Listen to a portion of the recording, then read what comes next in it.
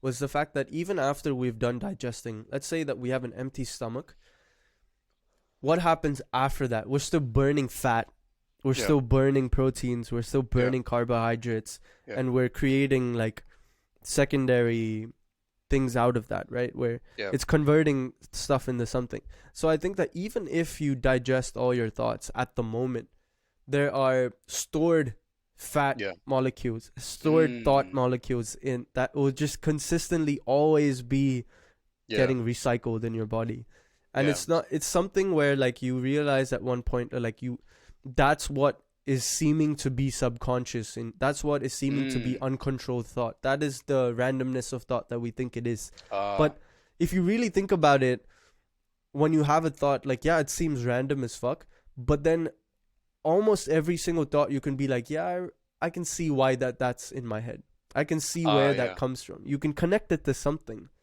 Right. So it's more of like once you've digested certain thoughts, they just kind of assimilate and then they're ready to get pulled out at any given point in time. But you're not consciously pulling them out, which is what, Right. which is why you like, where is this coming from? But then you have this hint of, yeah, kind of sort of understand where it is. There's a Yeah, it makes vague sense. link. Yeah. And you understand the composition of your body at that point. You Yeah. understand the composition of your metaphysical Yeah. thought, Yeah. which is That's so nuts. interesting Yeah. because like what is the cell of a thought? The aim of this podcast is to bring attention to what modern day humans ignore. Living lives in fabricated personalities, enslaved to compulsion. The facets of the human animal have to be rediscovered. We need to wake up. I am excited to bring you the Evolution Podcast.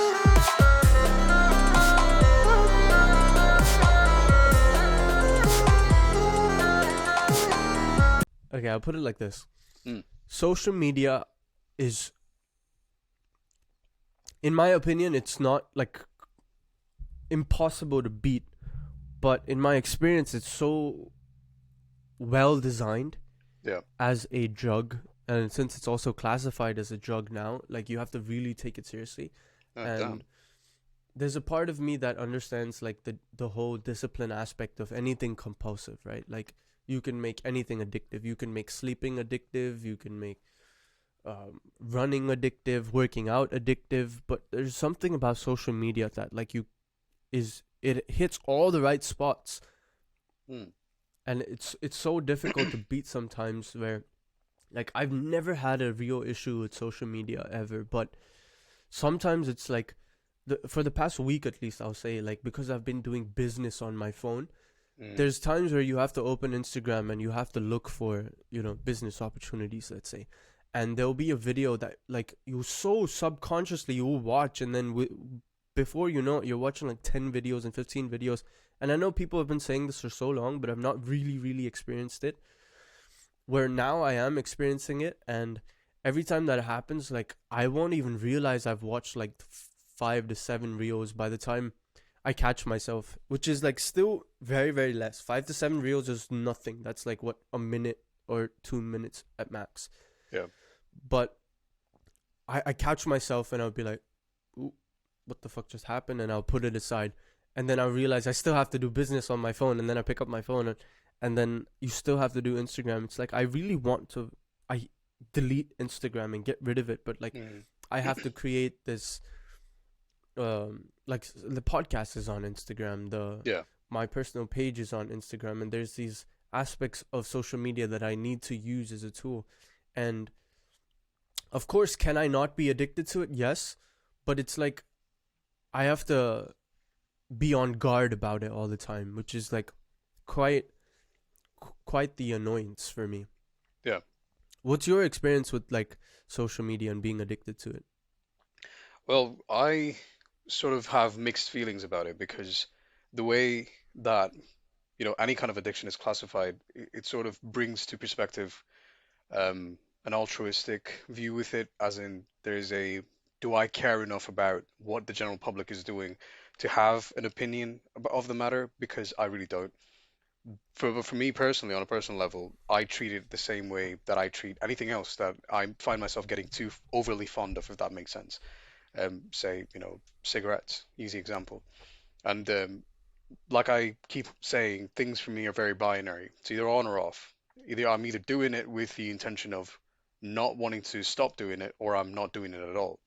Aside from slips and mistakes, but for the most part, it's not a slippery slope for me.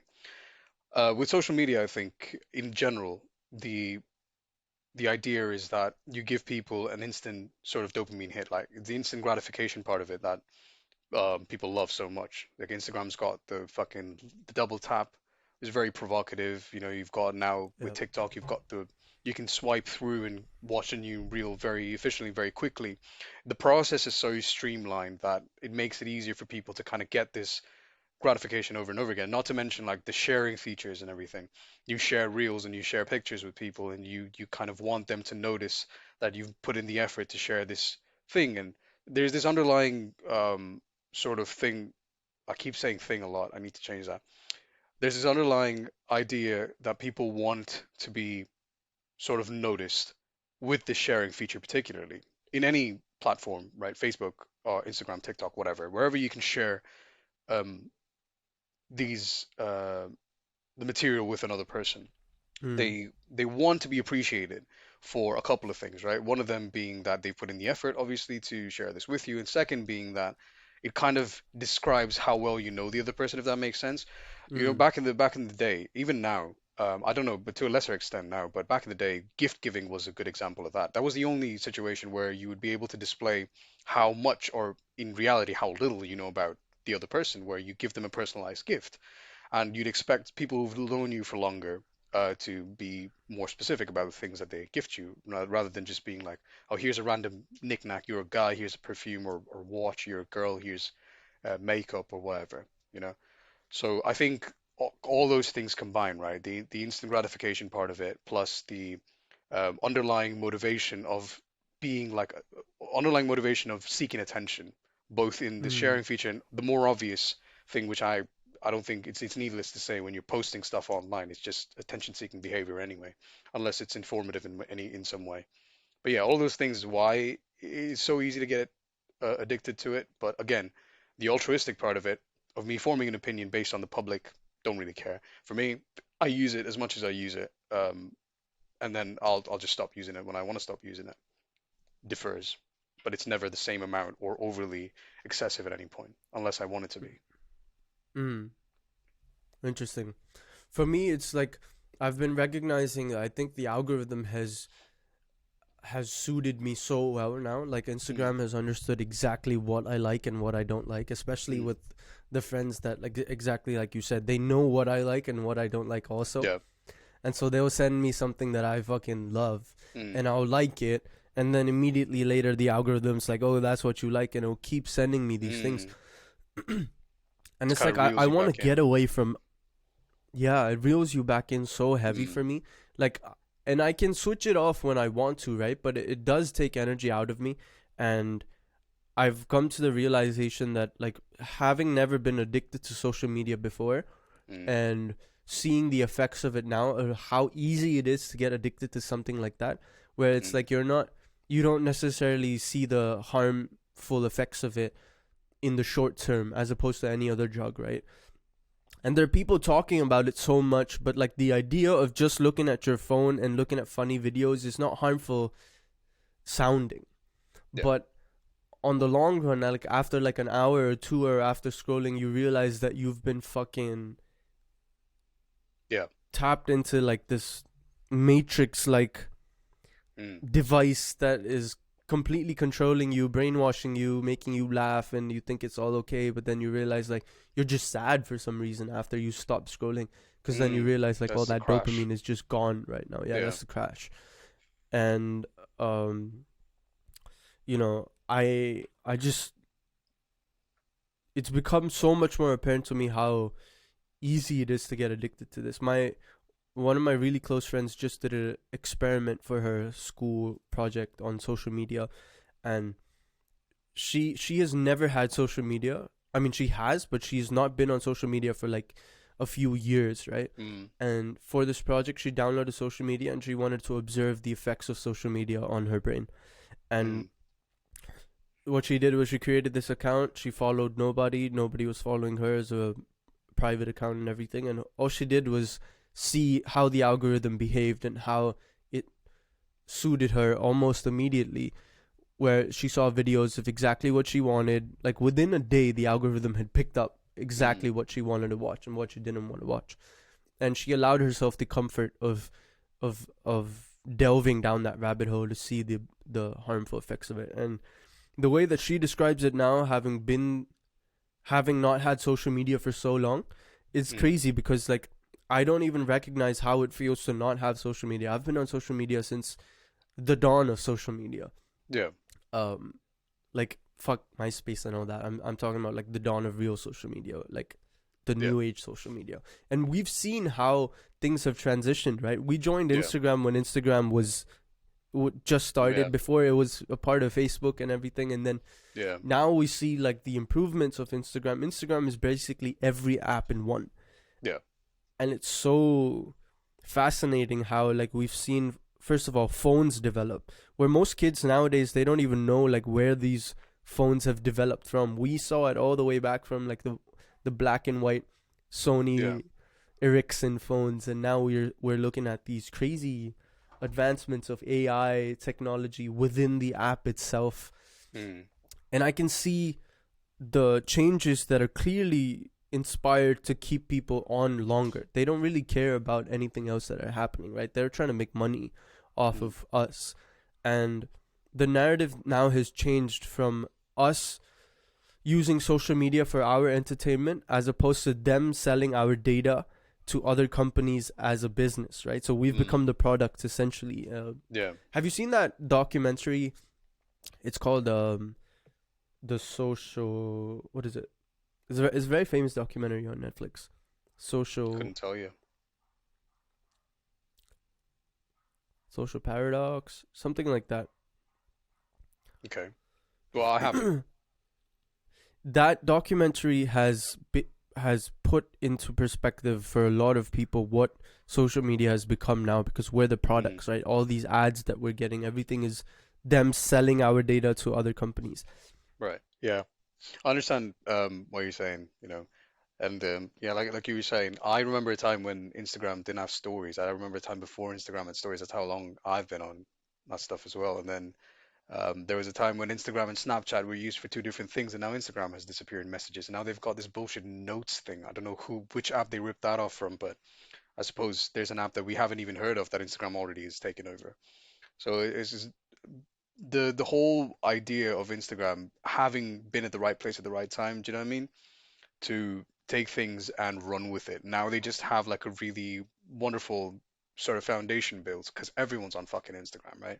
You're either on Instagram or you're just like living under a rock at this point, unless you're consciously choosing Yeah. not to use it, which is a different thing. But anyway, so they've provided it with so much comfort, especially with the newer generation being brought up in a world where there's no advent of social media or anything. The society is moving online.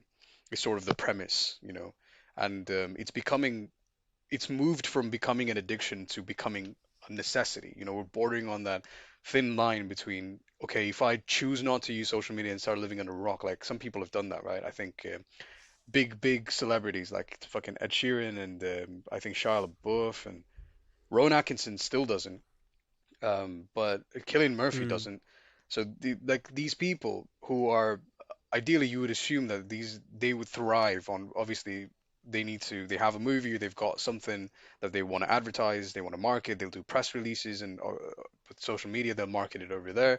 But them personally not being online doesn't take away from the fact that their agencies and their managers and their marketing companies are all still managing their accounts and trying to push it on that way. So right.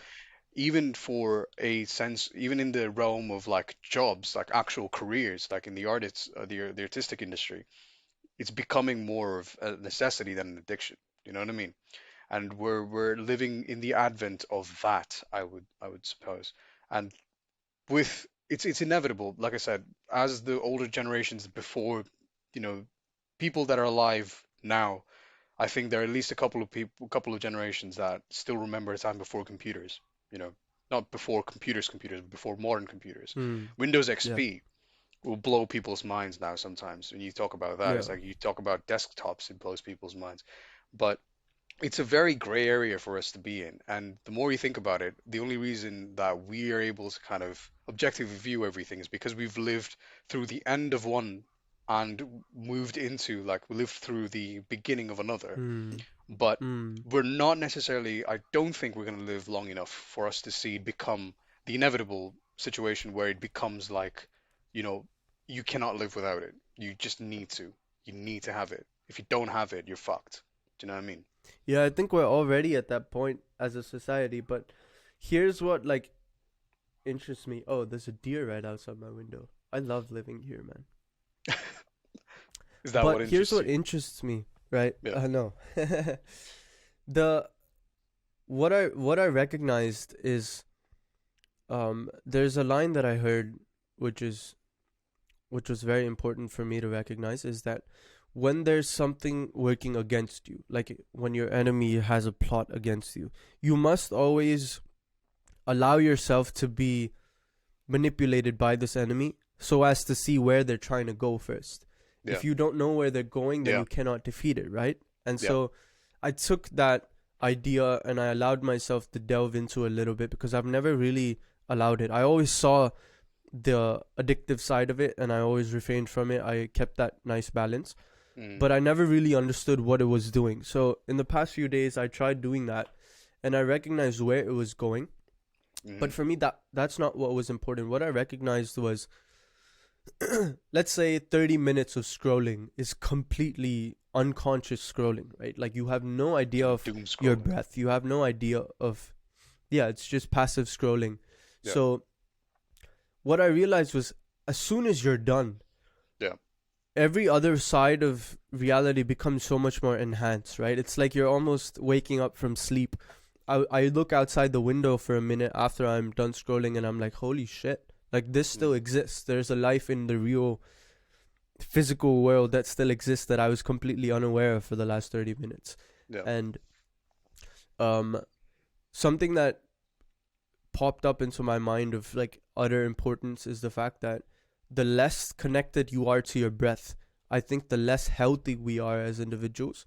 Not Mm. only the fact that like, you know, eating healthy is obviously a main priority, right? Drinking healthy, eating healthy, doing all the other healthy stuff like working out, all that.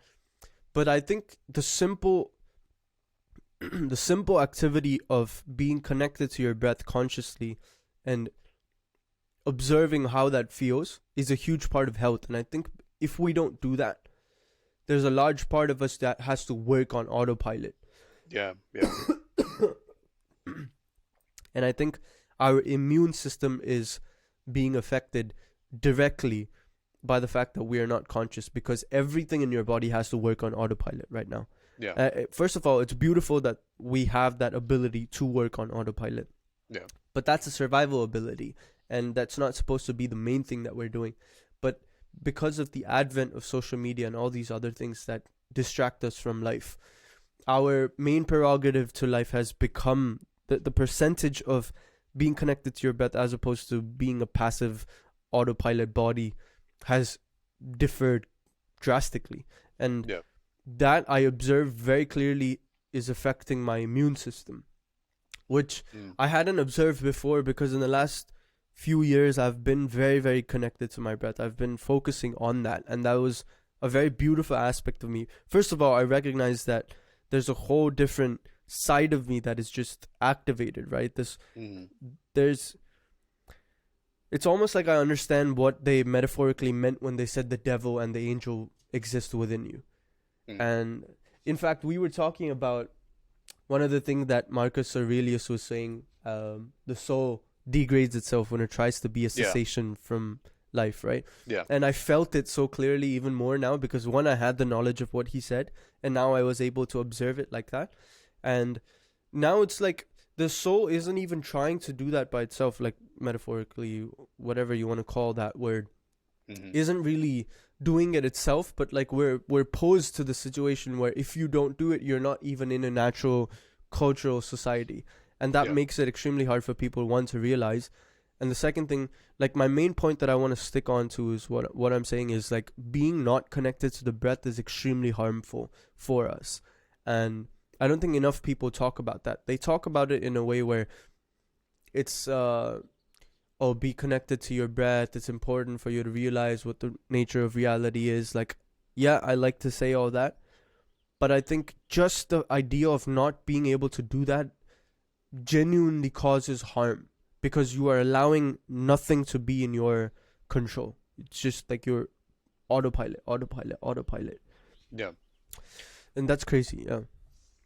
Well, I believe that in general, the machinery that you've got with any machine for that matter, which the human body is also a type, you use it to the best of its abilities because that's what you've built it for. That's what it's there for. But when it comes to matters of the human body, because we don't know the actual purpose of the human body, right? It's an empty vessel, and we fill it with the purpose that we want to give it at the given time.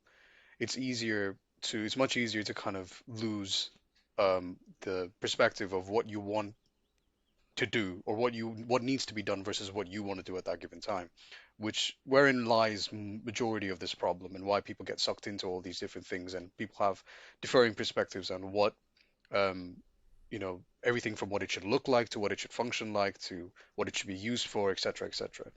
But I feel like having that binary goal, right? We talk about a lot of these things in the terms of purpose and in the terms of aims and objectives and having set goals and working relentlessly towards them. We're still providing a very opinionated, tinted view because it's tinted in the sense that it's coming from us and our subjective opinions of matters of how they should be, and we try our best to sort of display objective reasoning for why that should be everyone's primary concern. But there's still going to be people out there that use their vessel, quote unquote, for whatever they want to do. And this idea, once again, of being connected to your breath, again, we're posing it as being a very advantageous thing to hone. It's a skill that you should take the time and effort to build, should you want to give yourself an edge. For if nothing else, people love hacks. Consider this your hack of the day. But there'll still be people that want to, continue doing what they're doing, whether it be doom scrolling or this or that, and they'll look at it and be like, I understand that I'm addicted, but I choose to be addicted. It's my choice. No, it's not. It's like people saying like I'm single by choice. No, you're not. You're just fucking ugly. And don't delude yourself is I think a very important thing to put out there alongside everything else because it's very easy once again for people to just listen to stuff like this and just be like, what, I've heard this from every fucking guru on the internet. You might have, but they're coming from a place of wanting to obviously sell you something, whatever that might be, and we're coming from a place of wanting to put something on the table, which opens the doors to discourse, which we encourage. Yeah, anyway, the autopilot thing kind of pushed me in a direction of wanting to put that out there as well because I think I'd come across a situation recently that I was thinking to myself, wouldn't it be great if people just understood what the nature or the basic difference between a subjective and objective was, you know? And especially in the cases of people taking, with the PC culture and everything, people taking offense for other people and stuff like that. But I don't know why, but that's the connection that I drew between what you said and what was going on in my brain. Yeah, essentially that is still autopilot, right? Because you don't know why you're taking offense, or you don't know why your Yeah, brain is even functioning. You don't even know why your thoughts are functioning the way yeah, they are. And that's also another that's kind of the main thing that everybody talks about with social media. It's like your thoughts are not yours anymore, and that mm, they're kind of molded by society to make you think of how they want you to think, like propaganda basically. yeah, And I think that's very important to recognize. But what I'm saying is, I feel like for me, I've never heard this before. I haven't heard like a guru say it exactly the way that maybe that I wanted to hear it. Was the yeah, idea of not being able to connect your breath can happen even without social media. Let's take for example, when you are driving, you're still distracting yourself with work, right? You're still distracting everything that you're doing on a daily basis, whether you're working, whether you're in school, whether you're mm, eating, food, social media, drinking, writing, reading, everything is something that you can put your focus to. but you can also at the same time, while doing all those activities, be connected to your breath. And when you do that, it's almost like you're understanding that everything in your system is working much, much better. Yeah. Or it starts to work better. And Yeah. I've had that realization so strongly after being sucked out of it. Yeah, and it's like I'm at the point in my life where I'm trying to completely balance, right? I had to remove everything that I knew about cultural society and to draw myself out of it, where I literally went for like a year and I did nothing but meditate, eat vegetarian food, fruits, vegetables, and do like the most extreme stuff because I really had to dissociate myself from this idea of culture. But then obviously now I have to bring it back and find that balance. But in the midst of doing that, you relearn these lessons in different ideas and designs that they teach you even more lessons, but just from a different angle, and it hits me differently each time. And everything always comes back to being aware. Not, I wouldn't say conscious, but being aware. Yeah. And it's like, even if you're doing an unhealthy thing and you are aware, the effects of the unhealthy thing drastically reduce. Yeah, which is it's pertinent to what I was saying a bit earlier about the cigarettes, and the binary decisions that I make, and potentially I think people will benefit from doing so. Is like, you make a decision, you stick with it. Know why you're doing things is what I'm trying to say, right? And that relates pretty much to what you were saying at the end there. But on the context of autopilot as well, there's, as comparing the body to the machine once again, there are certain things that we sort of not only benefit from, but it just kind of makes sense for it to be autopilot, like breathing, for example, which is the context of this conversation. The action of breathing it's an involuntary thing because it keeps happening. It's controlled by a part of your brain that you don't need to consciously give or feed in information for it to regulate the actual outcome, which is, like the way that your lungs expand and contract, and the muscles, the intercostal muscles, and how they work and stuff like that. The reason the alveoli, the way that they expand and contract, those are things that we don't consciously need to put an effort into controlling because we benefit from it. We're spending energy already. It's like a passive source of income, if anything. You're spending energy, you're sending it there. It's doing its own thing. The reptilian brain takes care of most of those things, right? But then when it comes to consciously thinking about your breath, again, this is a good place to draw a distinction, which is, it's not just about focusing on your breath making you feel better. It's also the nature of something that you take for granted every day. But if you spend 2 minutes just trying to think about why or how it's working, you could benefit from it as well. You benefit from both sides of it.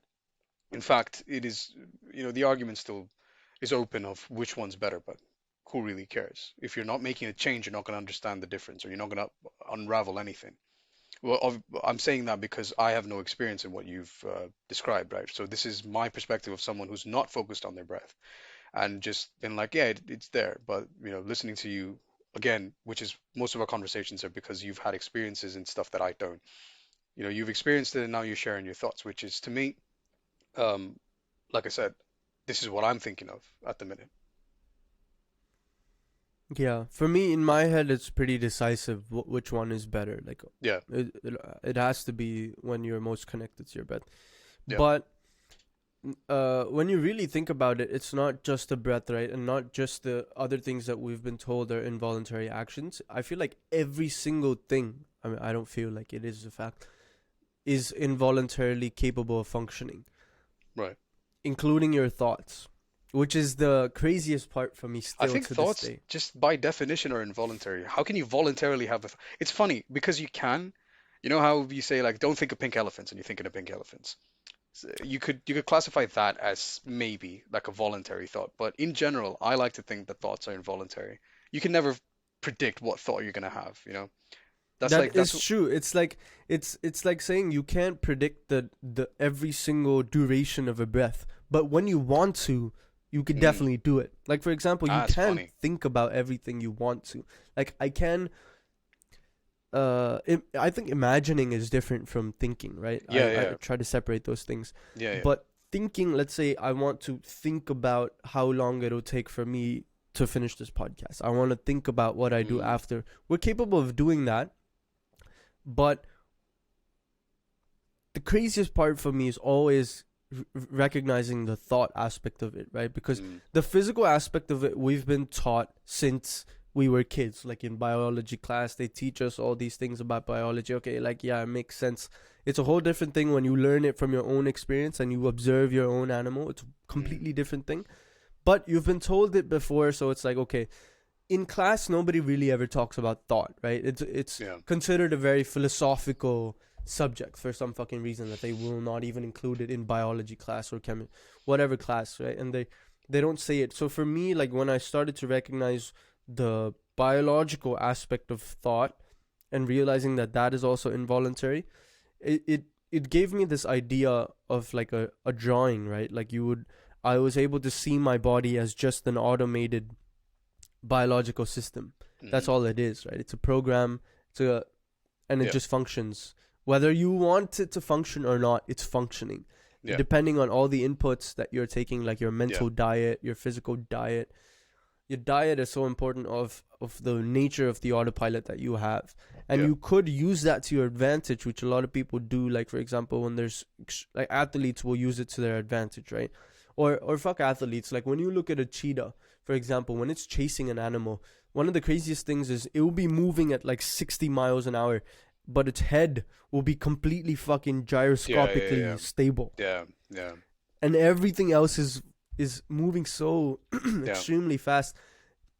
Humans can do that with our thoughts, but we just don't take control of it. And like the magnificence of that power that we have to be able to do that, the gyroscopic balance that we can create with thought, and like let everything else run automatically. Beautiful. I think which is beautiful, by the way, but I also think, well, I'm agreeing with what you're saying in the sense that we're talking about conditioning, right? We're just talking about mental conditioning, and we're talking about people trying to take matters into their own hands, and the way that you physically condition yourself and your body to be, very good or very postured in one particular thing, like, weight training or strength training or flexibility or, body weight training, whatever it might be.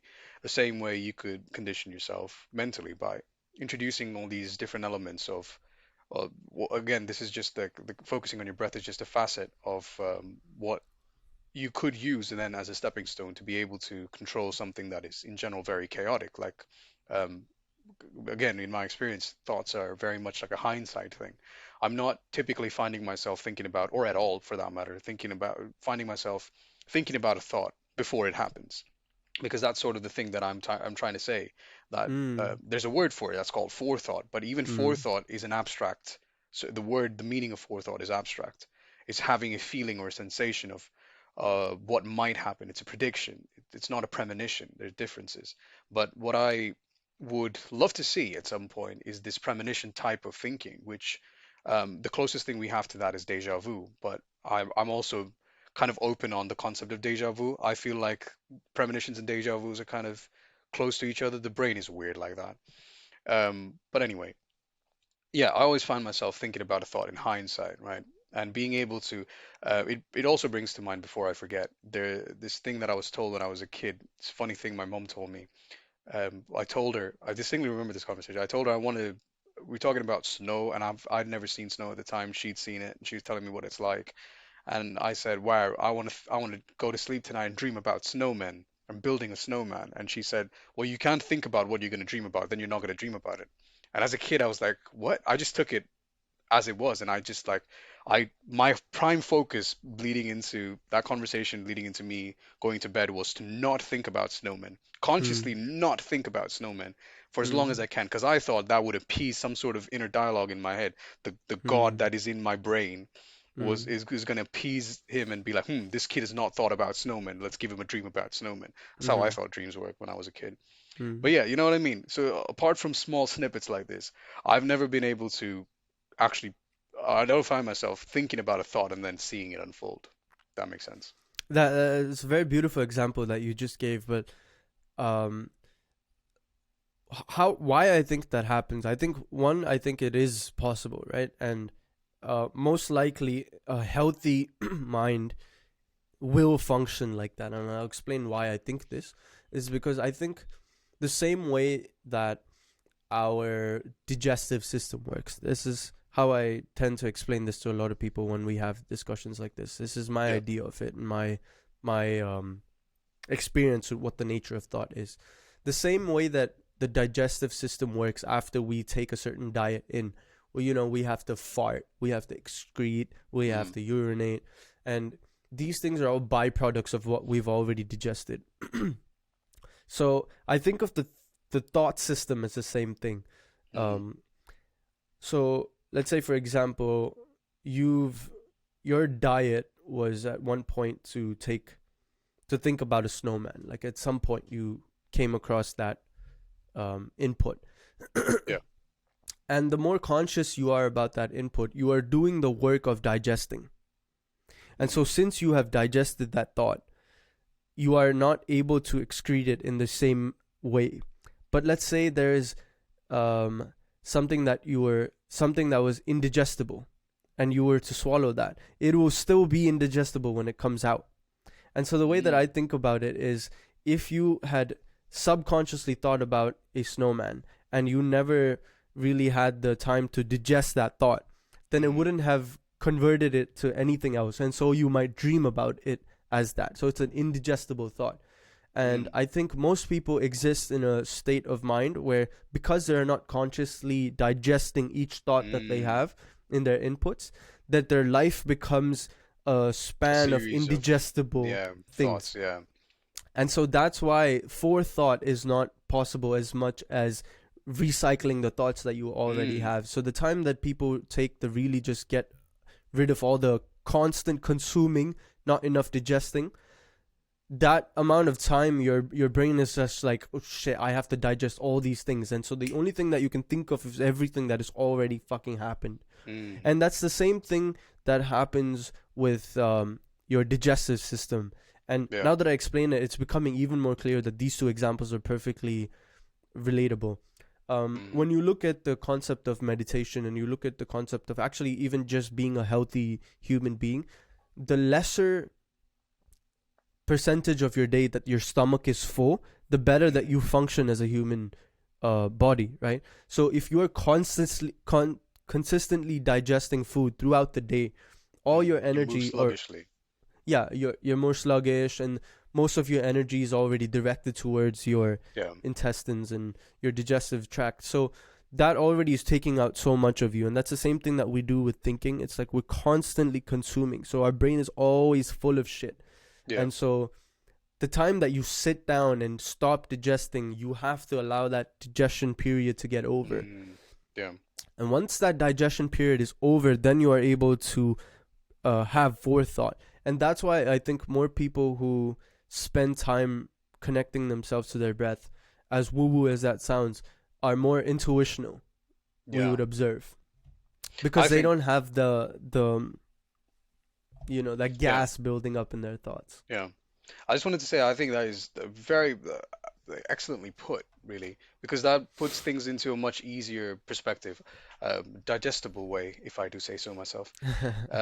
But yeah, that's a very good analogy to build off of, because having said that, now it kind of makes me think about all the times that I did exactly that, which is, sit down and think about a certain thought over and over again, which is in this parable would be the concept of digesting that thought, and then getting to a point where you're like, okay, but I did it from a perspective or with a motivation of trying to extract the emotional value out of it, if that makes sense. So usually when I sit with thoughts like that, there's a certain category of thoughts I like to sit down with, which is usually things that impact me very emotionally, and I don't have a sense of why that emotion, that feeling where you don't know why you're feeling certain things, but you're feeling it anyway.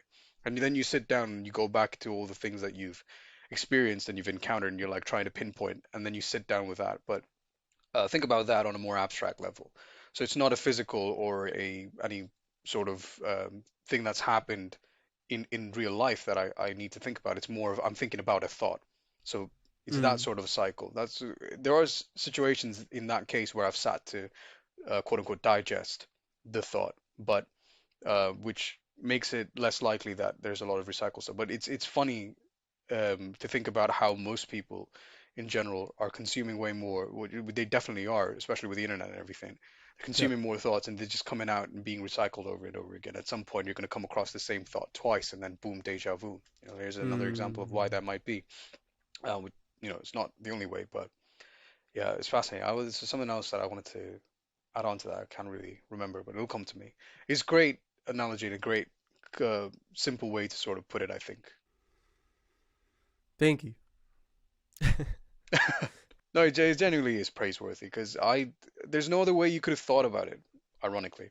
Yeah, you see similarities in everything that happens in our body, and if we can take this one step deeper, since we Oh, can sorry, relate. I didn't mean to cut you off, but I Go ahead. Go instantly ahead. Go remembered. ahead. I remembered. Yeah. So it begs the question, right?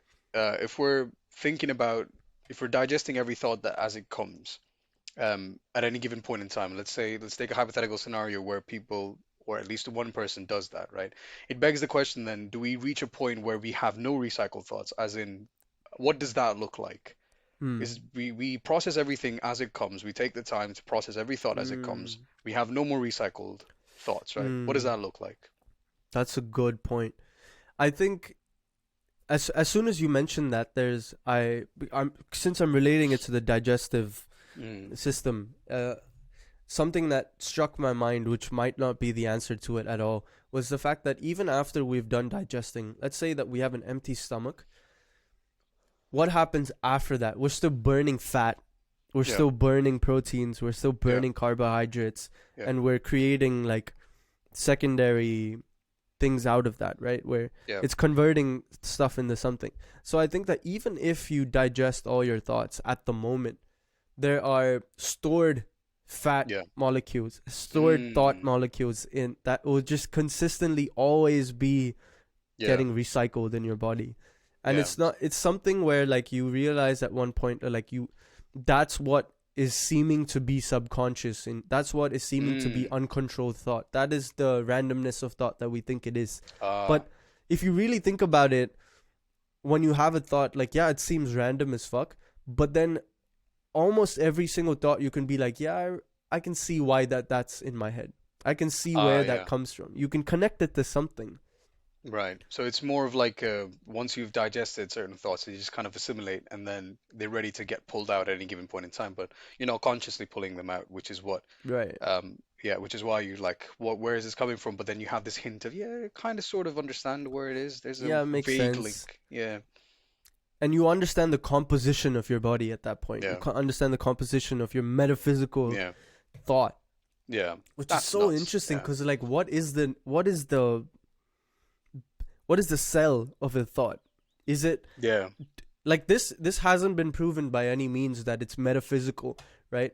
But there's when you contemplate it, like is it metaphysical? Is it electricity? Because like that's what a lot of it has come down to. We think that it's electricity and chemicals that are moving mm, around on our neurons that create thought. But do we know that like electricity might be a primary source of just how we function, or what the biological scaffolding of what thought is, but we don't really know if it's like non-physical or physical. And yeah, if it's non-physical, then what is the idea of storage, you know? yeah. Well, it's to me, I'd like to think of it as just again that machinery analogy, right? You have the machinery, and then you dictate, you give it a purpose, it'll perform exceptionally well at that particular purpose, and you govern the way that it functions, respectively, by changing the purpose. But we have this line of thought is it's this I think it's called epistemology, where we question. It's this branch of philosophy where you question the uniqueness, for the lack of better words, so the abstractness of objects, right? Like colors and shapes, and it's just a certain line of philosophical thinking that questions a certain category of reality. Mm. So, because of our ability to question the abstract, that's not something that you could, digest easily because there is no start and end. Usually, the process of digestion works because certain chemicals interact the same way. So your proteins interact the same way in your body. They get digested with the same enzymes. You have carbohydrates that function the same way. Everything, there is a pattern to things, which is why the system just knows what to do. You don't have to guide your digestive system to digest a certain sort of molecule a certain way. You'll just do it, right? And but with the idea, with the concept of abstract or questioning abstract materials and things, or abstract qualities for that matter, it's the equivalent of introducing a very foreign molecule or foreign object into your body, and you're asking your digestive system to digest it with when it doesn't know what the composition or the chemical structure of that molecule is supposed to be. So it just gets either identifies it as toxin and then tries to neutralize it, or it just removes it as waste, right? One or two things. Because of that line of thinking, you kind of have to imagine or question, where do you draw the line between, all right, here's all the things that I'm capable of thinking of and digesting and assimilating and then rationalizing, overall, and where's the line of these things just spark into existence, because that line will give us at least a better understanding of if thoughts in fact are metaphysical or just a result of giving the machinery a purpose, and if so, in either case, is there a singularity or like a cell equivalent to a thought of where it starts. Do you know what I mean? With definitive guarantee. But if it is a Wow, metaphysical thing, bro, this is, then it's going above my head a little bit. I don't think I'm understanding what you're saying. Let me back you up so I can question you yeah, before you go too far into it. You're saying yeah. to understand something abstract. First of all, let's define why you're thinking it's abstract. What is abstract about it? You're saying that the concept of Describing a finding where the thought. Yeah, describing a color to a blind man is trying to describe an abstract quality. Say, for example, Okay. describe But the color how are red. you relating that to what we were talking about? So, if the simple thoughts that I'm saying, the things that are easy to rationalize are easy to digest, and all of those get clumped into one category of thought.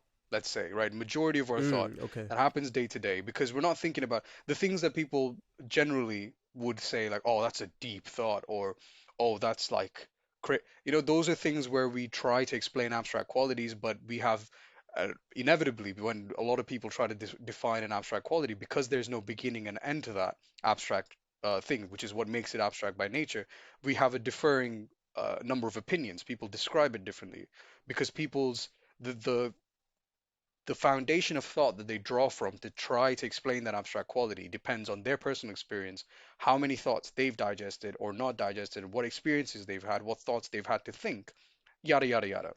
So the matters of opinion are not just different because people are different, but it's also different because of the experiences and the capacity and the capability of different people to make that conversation or have that conversation. Mm. So Mm. we have this, in general, we are capable of doing it. We've seen people do it. It's just we don't know if what's right or wrong, which is again, that's why it's abstract, right?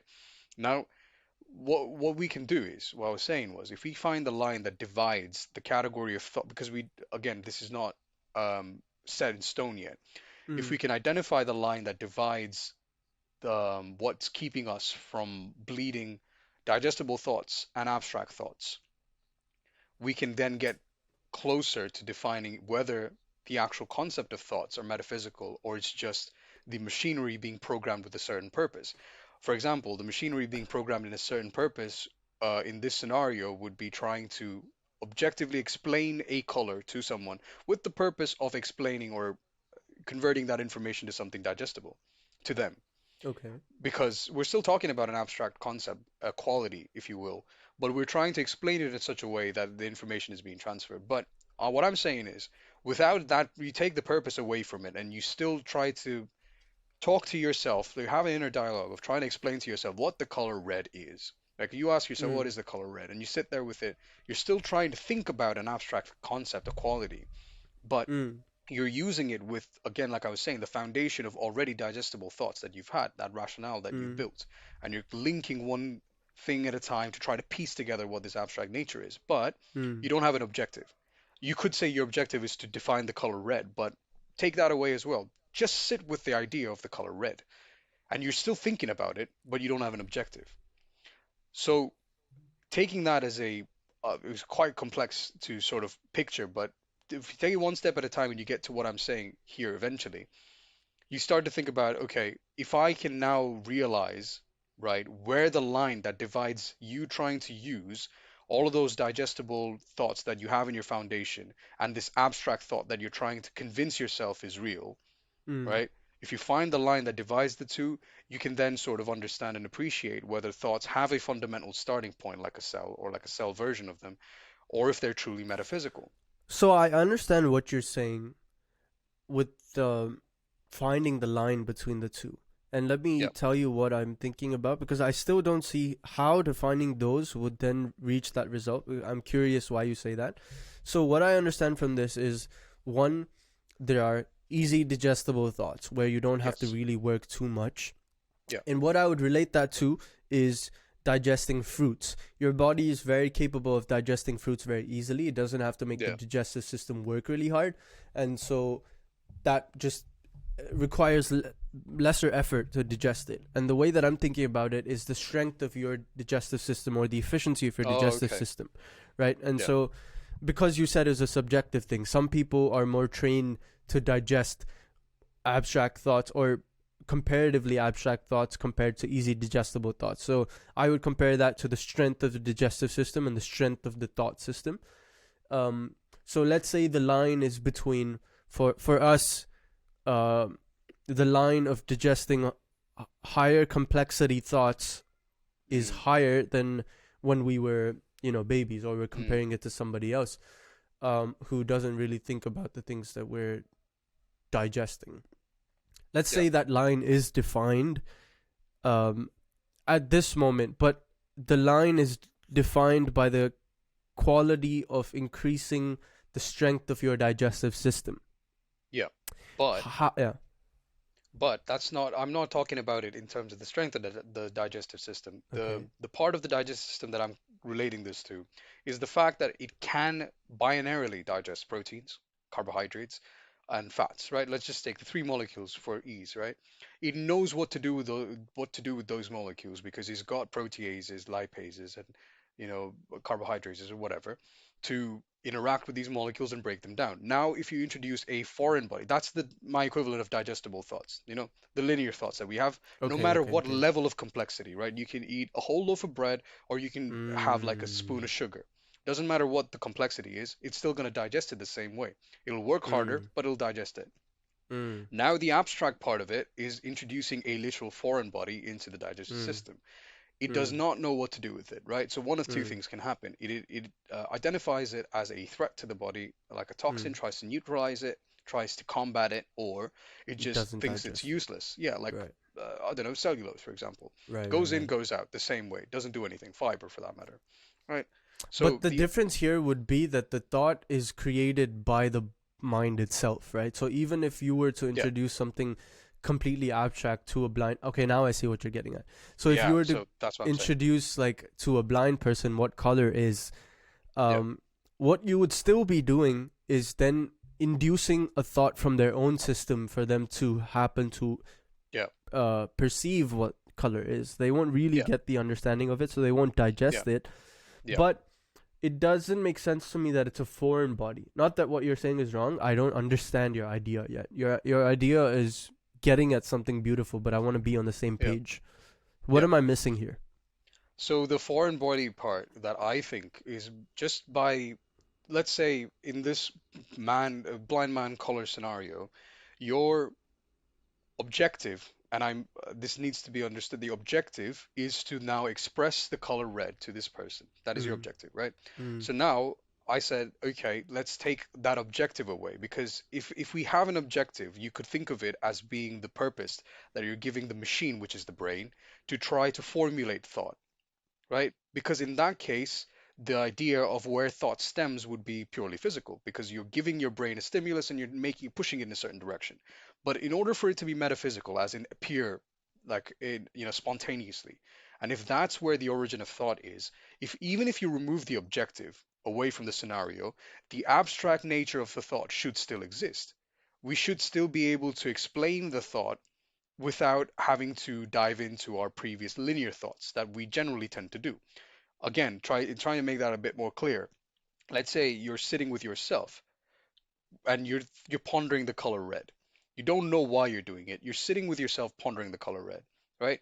The the default position that you have when you do things like that, you take a complex abstract idea and try to ponder it, is you use bits and pieces of information from prior digested thoughts, and you try to piece together a picture that you can now rationalize. But is that the equivalent of actually defining the color red? You don't know that because we don't objectively know what the color red is. The difference between abstract thoughts and regular old thoughts is that regular thoughts have a fixed, defined beginning and an end. You know rationally and objectively how these things work, how they function. You know something about it. The color red, you don't know anything about aside from the fact that it's called the color red. And it is a color, so you don't know how to define it, right? That's all you know about this. It's as abstract as it gets.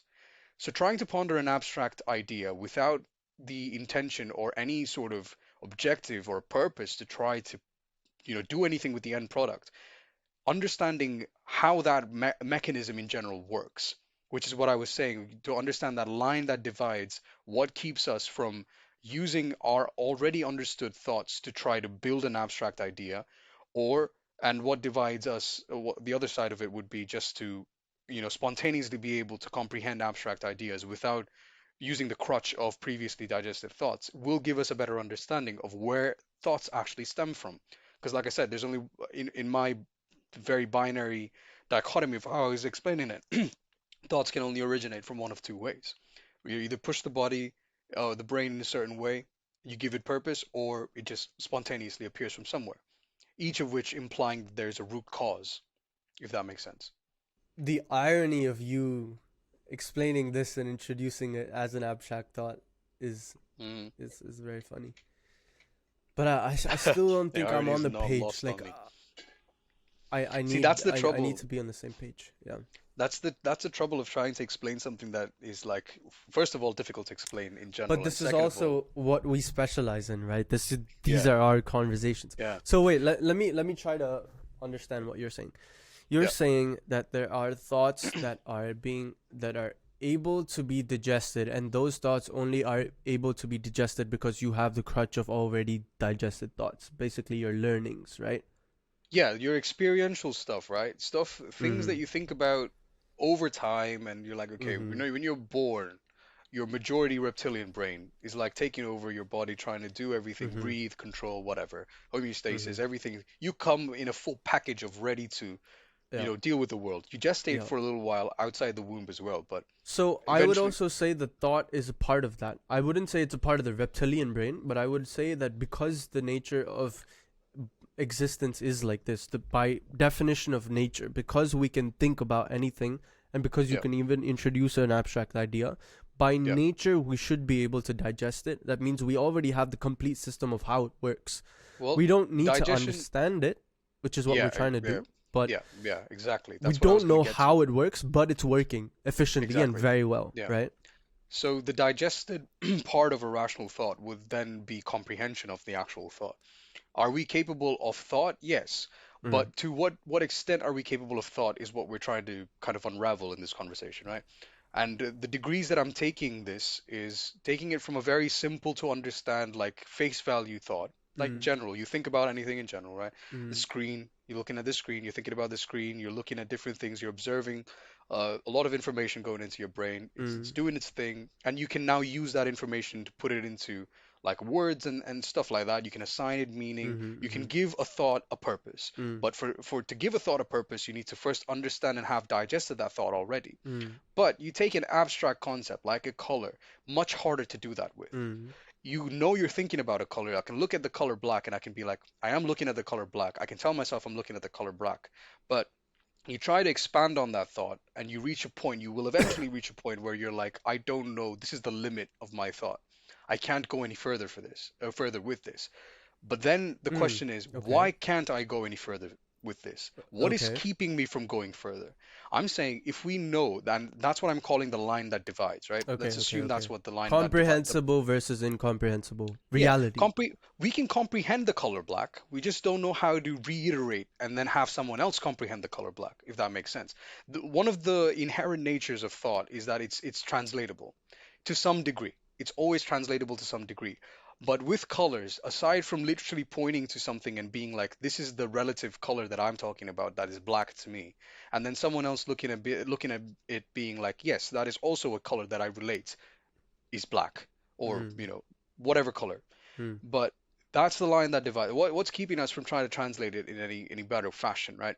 Because like I was saying earlier, the thoughts that we already have, right? Once all that information input is being translated in your brain, and then you can now formulate it into something to Mm. try somewhat of a comprehensible thing to try to tell it to someone else. Mm. The degrees may vary, but you can still do it.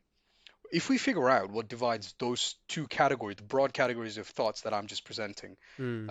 if we find out what divides, we can then realize whether it's the machinery driving giving the machinery purpose that's driving thoughts, or if it truly is metaphysical. It's inherent, and we just See, know that's it the just part I appears on don't us. get. I I understood So in everything this, else that you said, but the last part is. so in the context of, again, it looks more and more like, because of this idea that eventually into explaining a color to someone, you will definitely hit a wall at some point where you cannot go past it. You're just like you're going out in circles now. It's like it's black. It just is black. You get to that point, right? So that gives me the impression by whatever I've been saying, that thoughts are driven.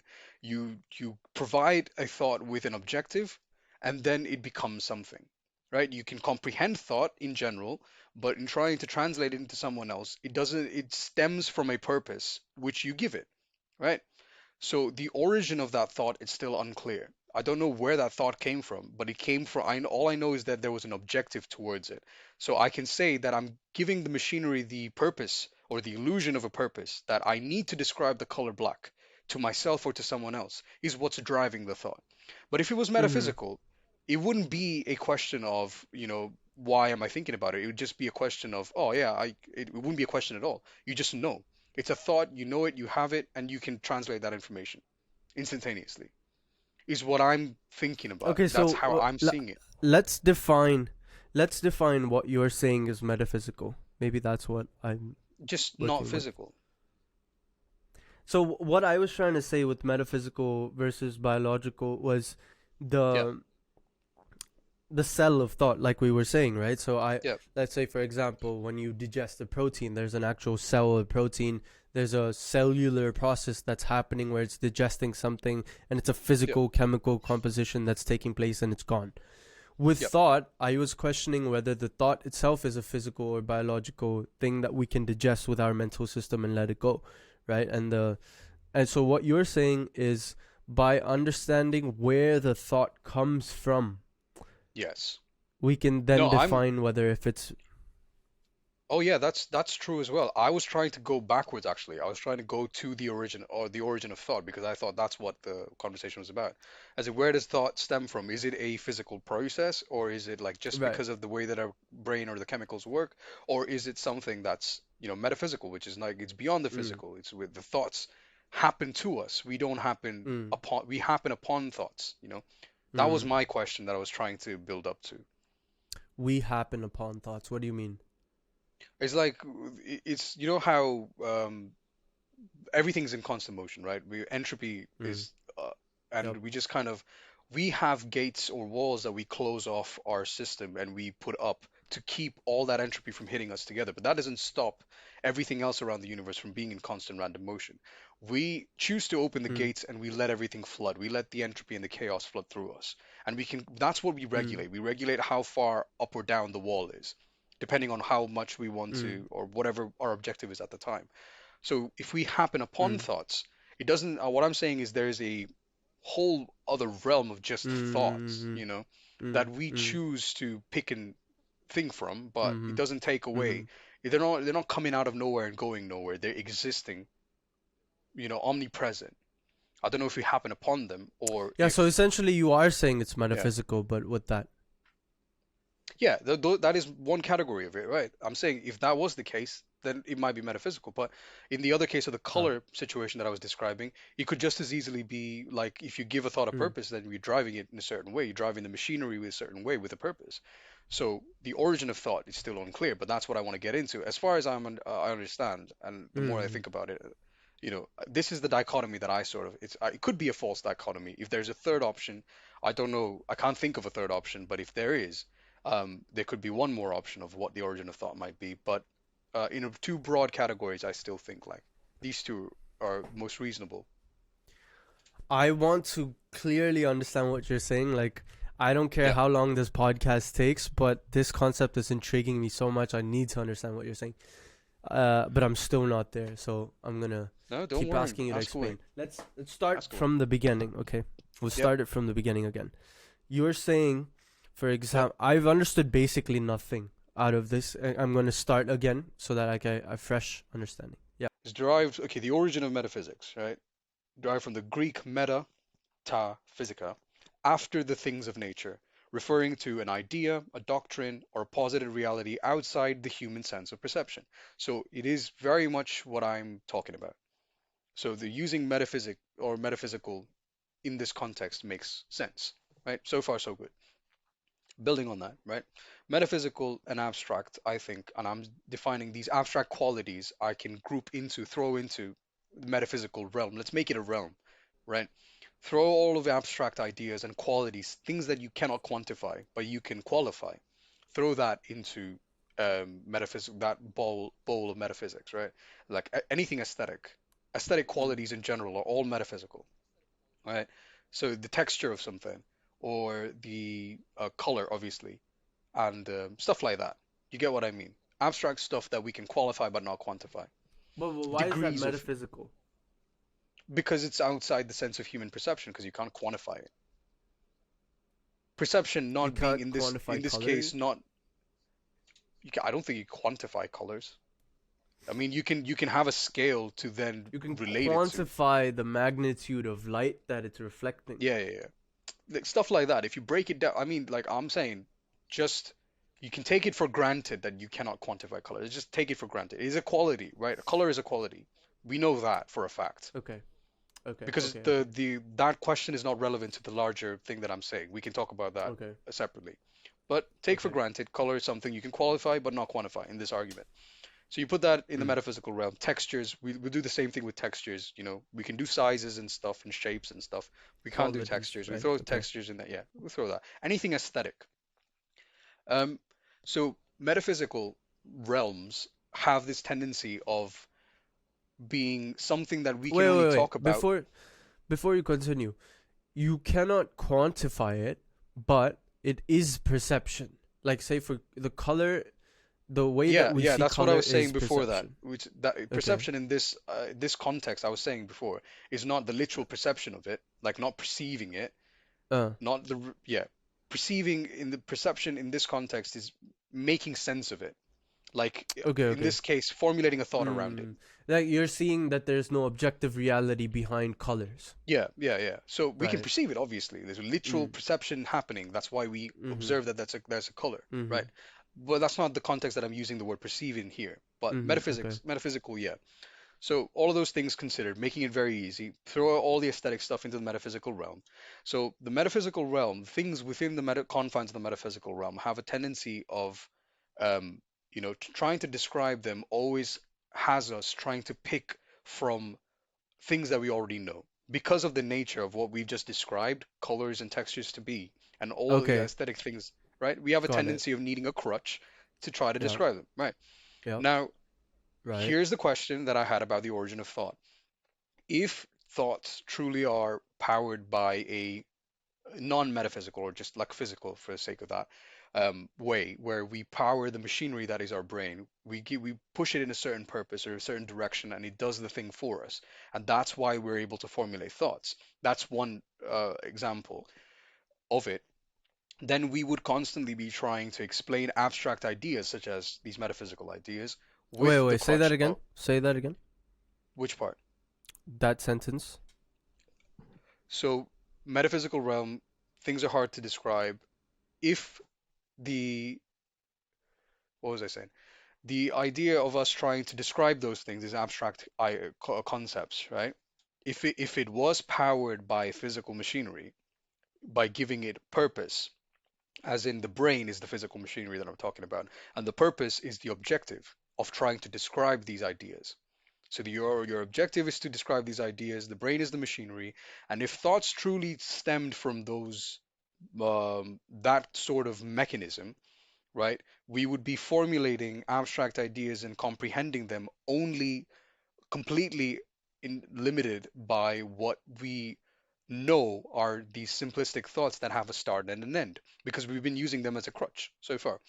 But the other part of the dichotomy is that these thoughts are abstract. Sorry, they're metaphysical in nature as well, right? If they are supposedly metaphysical in nature, what I'm suggesting is just the same way that the universe is chaotic and there's entropy everywhere, these thoughts also exist in a realm that we don't know. We can't see, we can't perceive it because it's metaphysical, right? Again, outside of perception. They're lingering there, and we just happen upon these thoughts when we need them to. So Okay, in see, that that's where sense, I don't see that there's like a jump where I'm sensing a jump there. Like so as of now everything that you've explained completely yeah, understandable. You're saying yeah, the human tries to understand things by a humanistic perception and to yeah, explain something that is not that is only a quality. yeah, It's not a realistic thing. Like for example, the color green is not yeah, really green. There is no color green at all, but because of our machinery, yeah. something uh on that Certain object wavelength of visible light that gives you translates to that. green, right? And Yeah, so in explaining that, the only way that you can explain it is to another human who has the same sensory organs and everything. So yep, it'll remain only explained in the humanistic perception. Until there, I've understood everything. yep. From there, it seems like you made a jump to saying that the thought itself must have been metaphysical. That explain that. So that jump is there for a reason. That jump is hard to comprehend because the latter part of the dichotomy is harder to comprehend because, and which I was saying in the beginning, which is pushing me to believe more and more that thoughts are actually physical. Uh, because if you think about this idea of thinking about things, I'll say that again. If you think about this idea of thinking about things, right, it gets to a point where it becomes difficult to think about them any other way, which is that wall that I was telling you about, and which is what divides the difference, draws a difference between things that we can rationalize very easily, no matter how complex it is.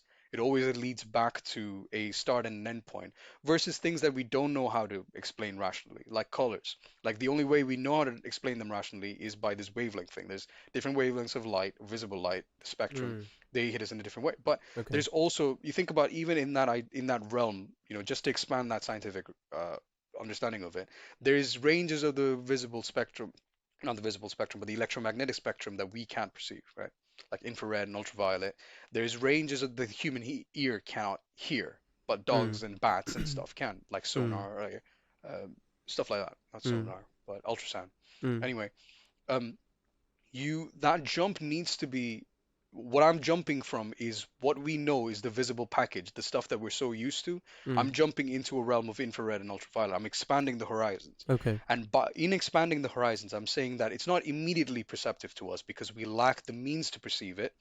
But if it is truly a metaphysical, if thought and thought processes were metaphysical, Mm. they exist the same way that entropy exists in the world, omnipresent. And what we do is just we have a wall and we try to dictate how much of that thought we're letting inside us or letting happen to us. So we happen upon thoughts that way. These are all I'm at the end of it, all I'm posing is two possible theories as to what the origin of No, thought and they're might very be. interesting theories, right? But I'm just Yeah. not I'm not able to understand your explanation of this theory.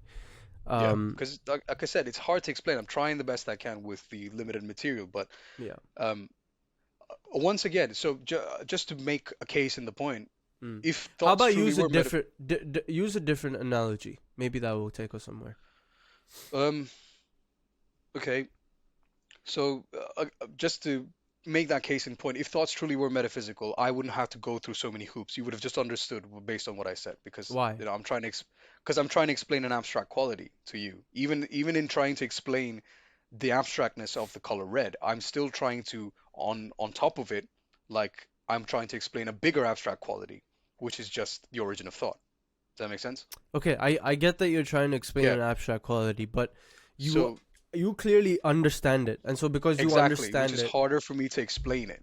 But if it true, like I've been saying so far, if it truly mm, was metaphysical, you would have understood it at this point as well. I was just making a connection and a joke.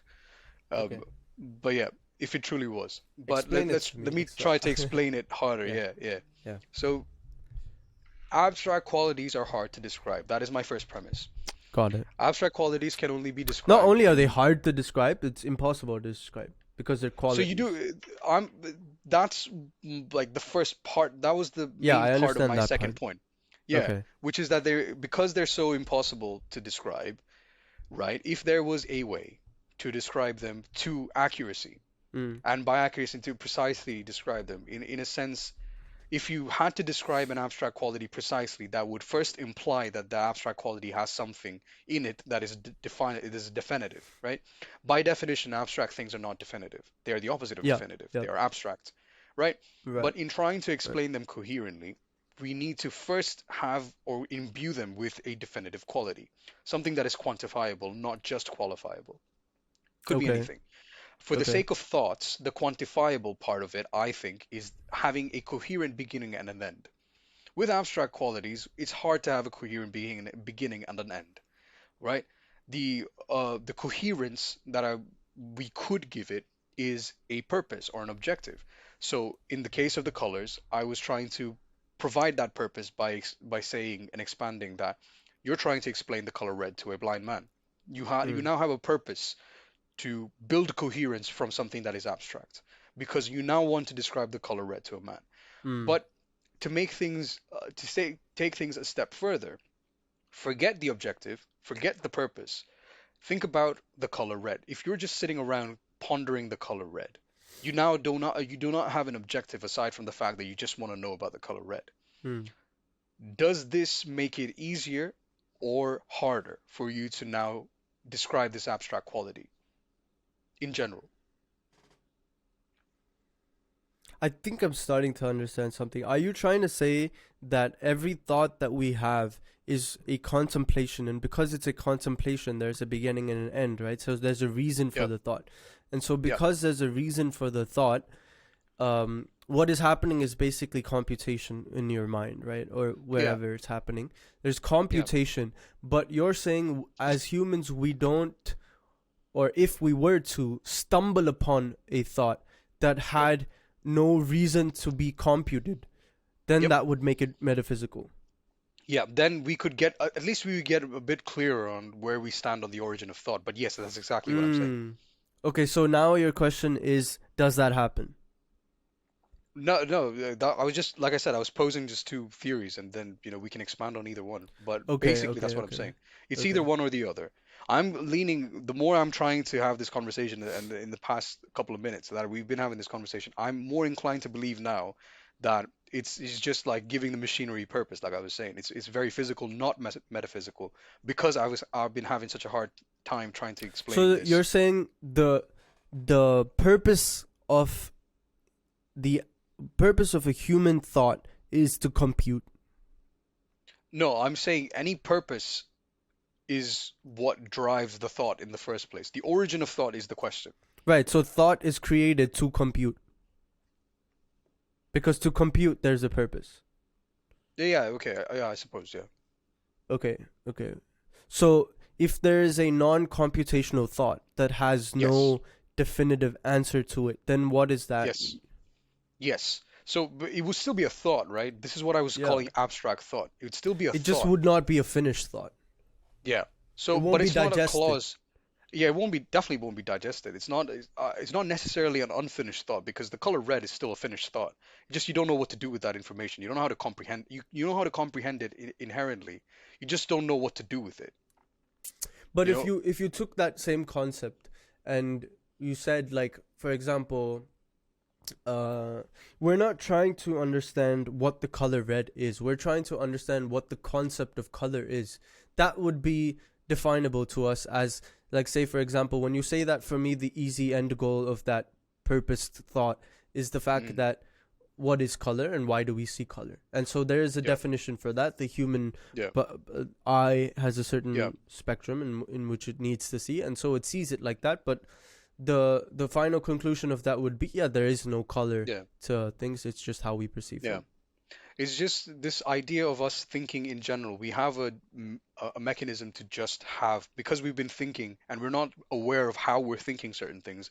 We're just very inclined to go through the same pattern of premise one, premise two, conclusion, Correct. right? We can derive information from anything. Like I said, Mm. even in defining the colors, it's exactly how you said it. We can define it and we can give it the purpose that it needs because Mm. it doesn't inherently have a purpose.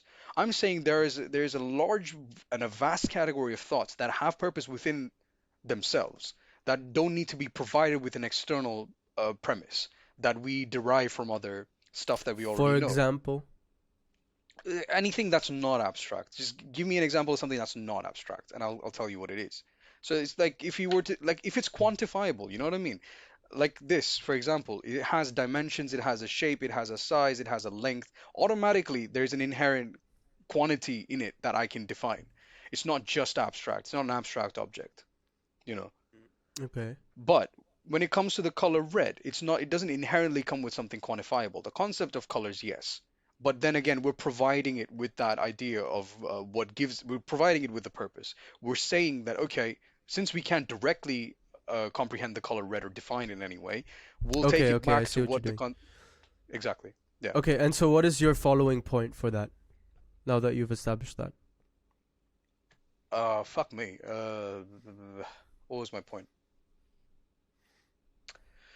I don't know which part of the point that I was talking about is what my problem is. But anyway, I'll just reiterate that if it is like if we were capable of instantly comprehending, let's say in this scenario, the color red, without using the crutch of anything else, then Mm. it would make it look like thoughts are metaphysical, right? There's no objective, and we're just happening upon them whenever we need it. But what it seems to be more likely is that we're continuously providing the machinery that is the brain with constant reasons or purposes of previous lingering thoughts that we've already digested in order to make sense of abstract ideas, which provides the concept that So thoughts why are does that make it manufactured. physical though? That's what I don't understand. Well, the physical part of it is just you driving the brain, right? In order to understand something and to make it do something. And we'll always constantly hit a point where we're just incapable of doing that with certain thoughts, you know? So, okay, with what you're saying, if there was a direction in everything, let's Yeah. say like the quantity that you were talking about, it's a quantifiable um, set of data, right? Let's say even the human being is quantifying that and they are coming to the computation, full complete computation of that. What about that makes it physical? It's just the idea that the brain is a computational, it's like a object that computes things, right? But the contrast is what makes the difference. The contrast to that, which makes it physical, is that there's a metaphysical part of it that does not require computation. It's just something that you perceive. Like it's something that you just observe inherently, and it has an inherent meaning attached to it. That the contrast is what makes it physical. It's not the nature of it in itself that's making it physical. So But when I'm when trying to, I say physical, what I mean is material, touchable. Like yeah, the brain is tangible. The brain doing the brain something is is still tangible. tangible. The chemicals that go Mhm. inside the brain, the electrical signals and Mhm. impulses Yeah. are all Yeah. tangible, and forcing the brain Yeah. chemistry to change in a certain way that would let us rationalize something with the inherent objective is still tangible. All tangible. Yeah. Yeah. So that's still the But what contrast is that I'm that? building. What is the force that is doing that? Well, the purpose, the objective purpose that you're providing your brain with. Okay, and what is that? Yeah, okay, I see where this is going. That's the infinite regress thing. I don't know what starts that No, chain, no, that no, no, cycle.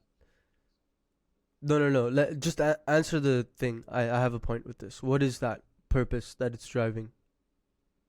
What is the purpose? The purpose is us wanting to explain it to something, or either ourselves or someone else, or make sense out of it. And so that comes from a thought, right? Yeah.